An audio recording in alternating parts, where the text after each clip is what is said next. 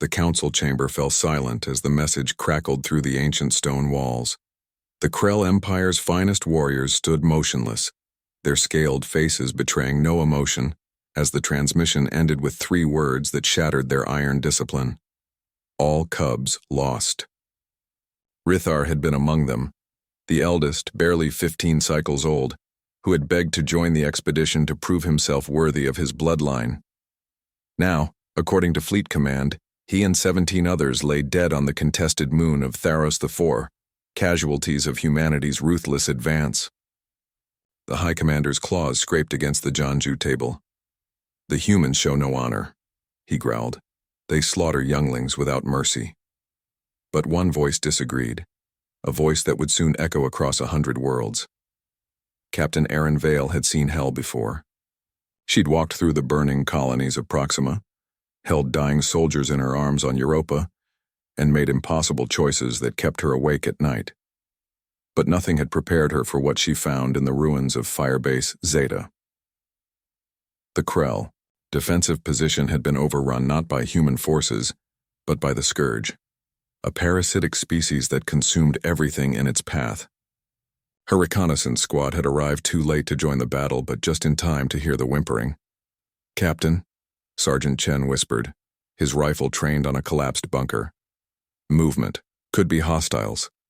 Erin raised her fist, signaling the squad to hold. She crept forward, her boots crunching on debris and ash. That's when she saw them, huddled together in the darkness, 18 Krell cubs covered in dust and blood, their bioluminescent markings flickering weakly. The eldest, a male with a torn uniform, bared his fangs despite his obvious terror. His claws, still small and dull, scraped uselessly against the concrete as he positioned himself in front of the younger ones. "Rithar," Erin read from the nameplate on his chest. She slowly lowered her weapon. "Easy, kid. We're not here to hurt you." "Liar," Rithar hissed in broken standard. "Humans kill. Always kill." Erin's jaw tightened. She'd heard the propaganda from both sides, humans portrayed as monsters by the Krell, and Krell as savage beasts by Earth Command. But looking at these terrified children, she saw only one truth. They were just kids caught in a war they didn't start. "Chen, get medical up here, and someone find me a working comm array." "Captain?" Chen looked confused. "We're supposed to recon and extract. Command didn't say anything about prisoners." "They're not prisoners. They're refugees." She met Chen's eyes with steel in her own. "And we don't leave kids to die. I don't care what species they are." The evacuation should have been simple. Get the cubs to the extraction point, call for transport, hand them over to neutral Galactic Union forces. But the Scourge had other plans. They came at dusk, a writhing mass of chitinous horror that poured over the ridgeline like a toxic wave. Erin's squad of 12 suddenly faced an enemy that outnumbered them 50-1. Fall back, defensive formation around the cubs.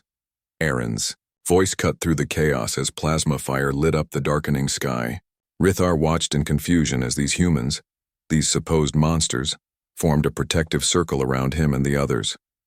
One soldier, barely older than Rithar himself, took a hit meant for a cub, his shield absorbing the acidic spray that would have melted through scaled flesh. "Why?" Rithar found himself asking as Erin dragged him behind cover. "Why protect us?" Erin reloaded her rifle without looking at him. "Because that's what humans do. We protect those who can't protect themselves." She fired 3 rounds into an advancing Scourge warrior. "Besides, your mom's probably worried sick." The battle lasted 3 hours. When ammunition ran low, they fought with blades. When the blades broke, they fought with fists and desperation. Erin took a glancing blow that cracked 2 ribs, but she didn't fall. She couldn't. Not with 18 pairs of eyes watching her, believing in her. By the time reinforcements arrived, 7 of Erin's squad lay wounded, but not a single cub had been touched. The extraction shuttle was too small for everyone. The pilot, a grizzled veteran named Rodriguez, shook his head. "We can take the cubs or you're wounded, Captain. Not both. And the Scourge are regrouping." Erin looked at her soldiers, bloodied, exhausted, but standing tall. Then she looked at the cubs, still huddled together, still afraid. She made her choice in an instant. Rodriguez, take the cubs, all of them. Captain, that's an order. We'll hold position and wait for the next shuttle. Rethar stepped forward, his young voice cracking. No, you saved us. We will not let you die for us. Arin knelt to his level, her human eyes meeting his reptilian ones. Rethar, someone once told me that honor isn't about winning battles. It's about doing the right thing even when it costs you everything. She pressed her battalion banner into his claws, a tattered flag stained with blood and dirt. Keep this safe. And when you get home, you tell them what happened here. You tell them that humans don't leave anyone behind. 3 days later, the Krell council chamber doors burst open. High Commander Thex rose in fury, ready to punish whoever dared interrupt, then froze. Captain Aaron Vale stood in the doorway, covered in bandages, limping on one leg. Behind her, wrapped carefully in her battalion's banner, walked 18 cubs. Rethar led them, holding the flag like a sacred relic. The chamber erupted. Some called for her arrest. Others demanded an explanation, but Rethar's voice rose above them all. They said we fell in battle, he announced, his young voice suddenly carrying the weight of ancient honor. They said we were lost. But she came. She fought. She bled. He turned to Arin, his eyes glistening. She refused to leave us behind, though it would have been easier, safer, more logical. Rethar held up the banner. This is the flag of humanity, and I will carry it with honor for the rest of my days. So all will know the day my people called humans monsters was the day humans proved us wrong. High Commander Thex stared at Aaron Vale, this small wounded human who had walked into the heart of the Krell Empire carrying their future wrapped in her colors, and for the first time in 40 cycles, he bowed. Captain Vale, his voice rumbled with newfound respect, on behalf of the Krell Empire. We owe you a debt that can never be repaid. Arin straightened despite her injuries and met his gaze without flinching. I don't want payment, Commander. I just want these kids to grow up in a galaxy where we stop seeing enemies and start seeing people.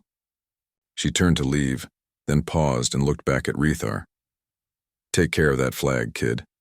It's seen a lot of battles, but I think this one, she smiled, this one was its most important. As she limped away, 18 cubs raised their voices, in a traditional Krell salute, one never before given to a human. And in that moment, the galaxy shifted. Not through weapons or treaties, but through one simple truth that Aaron Vale carried with her. Humanity's greatest strength was never its technology or its tactics. It was its refusal to abandon those who needed help, no matter the cost. The war would end 6 months later. They would call it the Treaty of Theros, named after the moon where everything changed. But those who were there knew the truth. It should have been called Arin's Peace, because she proved that honor, courage, and compassion weren't human traits or Krell traits. They were universal,